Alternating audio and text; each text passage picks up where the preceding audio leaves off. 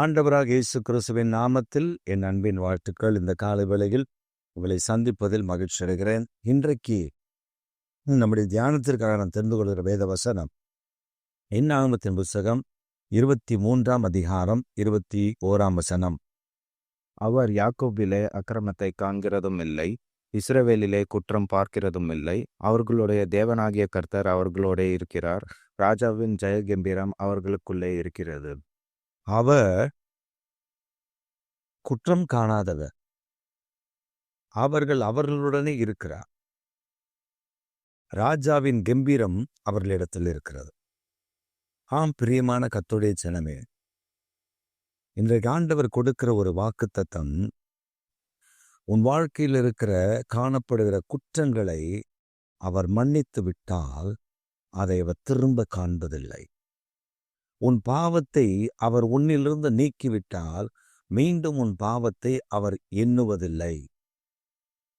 வேதம் அப்படித்தான் சொல்லுகிறது. கிழக்குக்கும் மேற்குக்கும் எவ்வளவு தூரமோ அவ்வளவு தூரம் என் பாவத்தை விலக்கிவிட்டார்.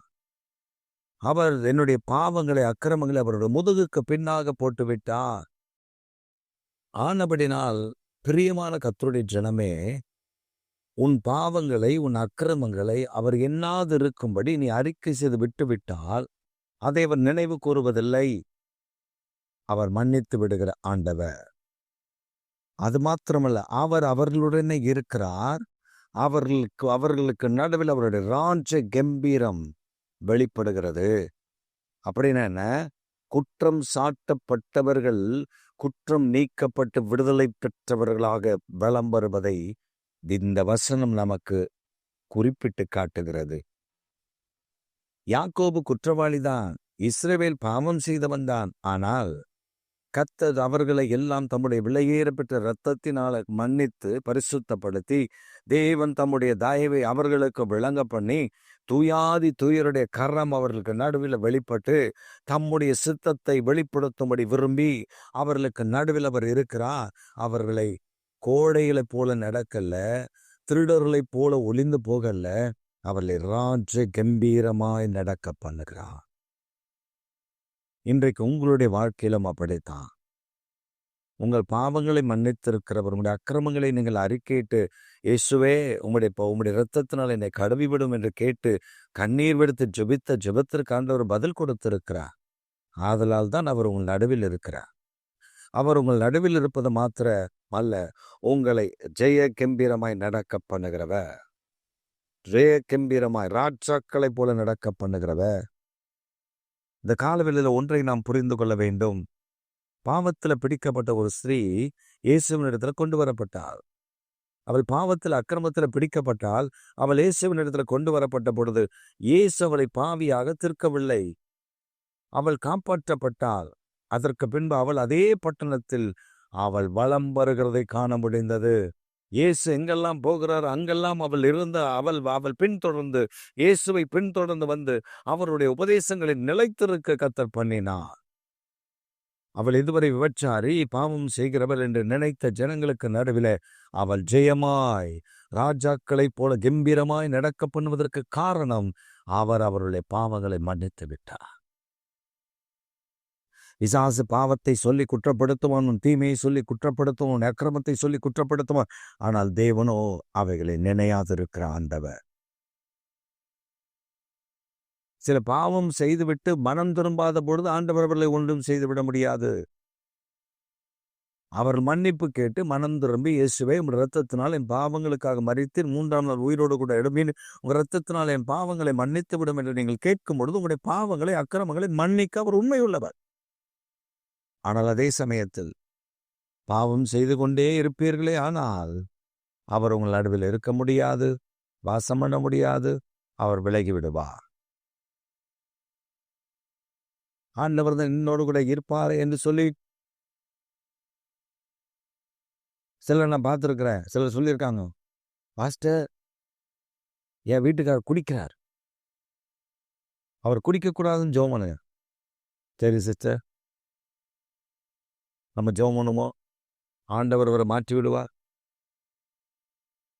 நாங்கள் ஜெபம் பண்ணுவோம். அவருக்கு என்ன ஜெபம் பண்ணி கொடுங்க பாஸ்டர், எப்படியாவது அவரை மனம் திரும்பணும், ரட்சிக்கப்படணும். ஒரு அம்மா வந்துச்சு. அந்த அம்மா சொல்லுச்சு, பாஸ்டர், என் வீட்டுக்கார் குடிக்கிற அந்த மதுபானத்துல எண்ணெயை ஊத்திட்டேன். அவர் மனம் திரும்பிடுவார்ல. எப்படி பாருங்க, அவன் குடிக்கக்கூடாதுன்னு ஜோம் பண்ணுது. அவன் குடிக்கிறதுக்கு வாங்கி வச்சிருக்கிறதுல கொண்டு போய் ஜெப எண்ணெயை ஊத்துனதுனால அது மாறிடும். அவன் குடித்து போதை ஏறாது. இதுல என்ன பண்ண முடியும்? உன் வீட்டுக்காரர் குடிக்கக்கூடாதுன்னு மனம் திரும்பும்படி ஜெபம் பண்ண. அவன் குடிக்கிறதுலே கொண்டு போய் ஊத்தி அவனை மறுபடியும் குடிக்காரனா மாத்தாத. அவரை ரத்தத்தை, இயேசுவின் ரத்தத்தை தானே குடிப்பாரு. இது ஒரு புது வியாக்கியானம் வேற. ஆண்டவர் இந்த நாட்களிலே நமக்கு சொல்ல விரும்புகிற ஒரு காரியம், உன் பாவங்களை உன் அக்கிரமங்களை அவர் நினையாதிருக்கிறார். ஏன்னா அவர் அதை மன்னித்து விட்டார்.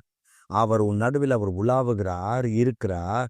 உன்னை ராஜாக்களை போல கம்பீரமாய் நடக்க செய்வார். மறந்துடாதீங்க, உங்க மேல ஆண்டுடைய கிருபை அவ்வளவு பெரிதா இருக்கிறது. தயவு அவ்வளவு பெரிதா இருக்கிறது.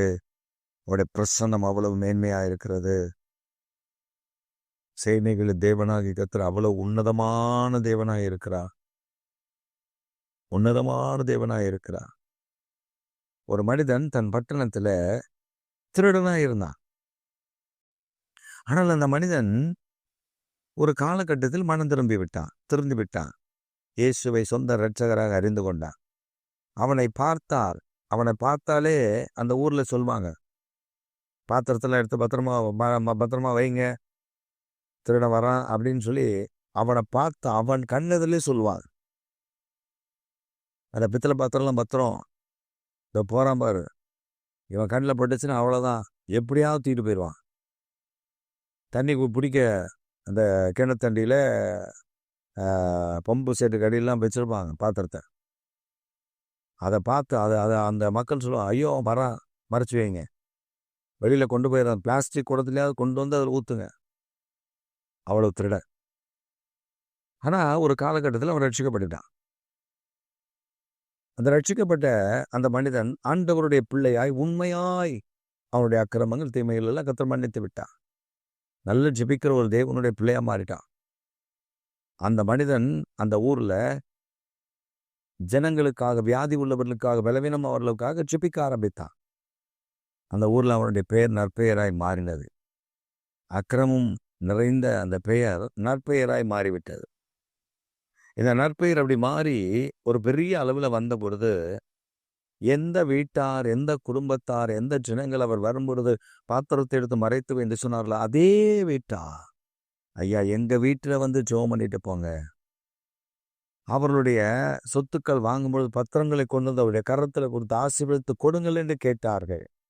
பாத்திரத்தை கொண்டு வந்து கொடுத்தவர்கள் அந்த பாத்திரங்களை, ஆண்டவர் இந்த காரியத்தை எங்களுக்கு ஆசீர்வதித்து கொடுங்கள் என்று சொல்லி கேட்டார்கள். அவரை வீட்டுக்குள் அடைத்தார்கள், அமர செய்தார்கள். ஏனென்றால் அவர் முந்தின திருடன் அல்ல, இப்பொழுது இயேசுவின் இரத்தத்தினால் கழுவப்பட்ட கர்த்தருடைய பிள்ளை. அவர் மாற்றம் அடைந்திருக்கிறார். இதுதான் ஒரு மனிதனை இயேசு மாற்றுகிறது, இயேசு மாற்றி விடுகிறது. சிலர் இருக்கிறார்கள், ரட்சிக்கப்படுவேன் என்று சொல்லுவார்கள், ஆனால் திருடனாவே இருப்பான். அவரை பத்தி நான் பேசல. ரட்சிக்கப்பட்டு மனம் திரும்பி திருடன் மாறி தேவனுக்காக வாழ்கிறது. குடிகாரனாய் இருக்கிற மனிதன் ரட்சிக்கப்பட்டு குடிக்காமல் தேவனுக்காக வாழ்ந்து ஆண்டவருக்காக ஊழியம் செய்து மடிவது, இதுதான் உண்மையான மனம் திரும்புதல். இந்த மனம் திரும்புதல் இருக்கிற எந்த மனிதனையும் இயேசு கைவிட மாட்டார். இந்த செய்தியை கேட்டுக்கொண்டிருக்கிற அருமையான கர்த்தருடைய பிள்ளையே, உங்கள் பாவங்களையும் உங்கள் அக்கிரமங்களையும் நீங்கள் அறிக்கை செய்து விட்டிருந்தால் அவைகளையும் ஆண்டவர் மன்னித்திருப்பார். அவர் உங்கள் நடுவில் இருப்பார். நீங்கள் சொங்கி கோழையாக கவர்ந்து நடக்க வேண்டியதில்லை. கர்த்தருடைய பிள்ளை என்கிற கம்பீரத்தோடு நடவுங்கள். கர்த்தர் உங்களை ஆசீர்வதித்து வழி நடத்துவார். ஆமென்.